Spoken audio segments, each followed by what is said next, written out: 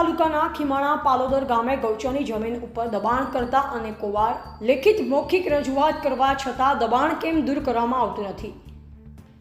અનેકોવાર જિલ્લા વિકાસ અધિકારી તથા ગાંધીનગર તથા લગતા અધિકારીઓને નામજોગ અરજી આપવામાં આવી છે, તો પણ કોઈ પણ જાતની કાર્યવાહી કરવામાં આવી નથી.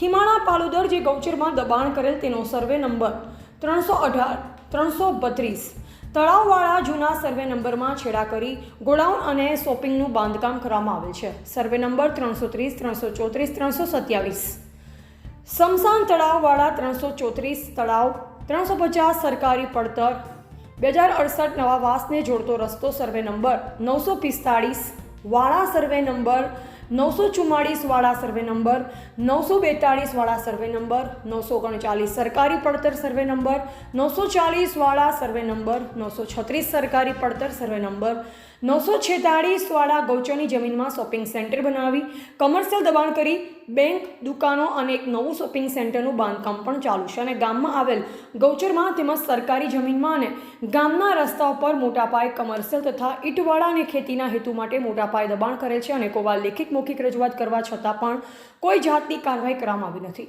અમુકવાર લોકો કહેતા હોય છે કે રખડતા ઢોરોનો ત્રાસ વધી ગયો છે, પણ તમારા જેવા લોકો ગૌચરમાં દબાણ કરી બેઠા હોય છે ત્યારે ઢોર જાય ક્યાં? ઢોરના મુકેલ ગૌચરમાં દબાણ કરવામાં આવે છે ત્યારે એક જાગૃત નાગરિક દ્વારા લેખિત રજૂઆત કરવા છતાં કોઈ તપાસ કરવામાં આવી નથી. એવા જયંતિભાઈ ઠક્કર, સિહોરી, કાંકરેજ.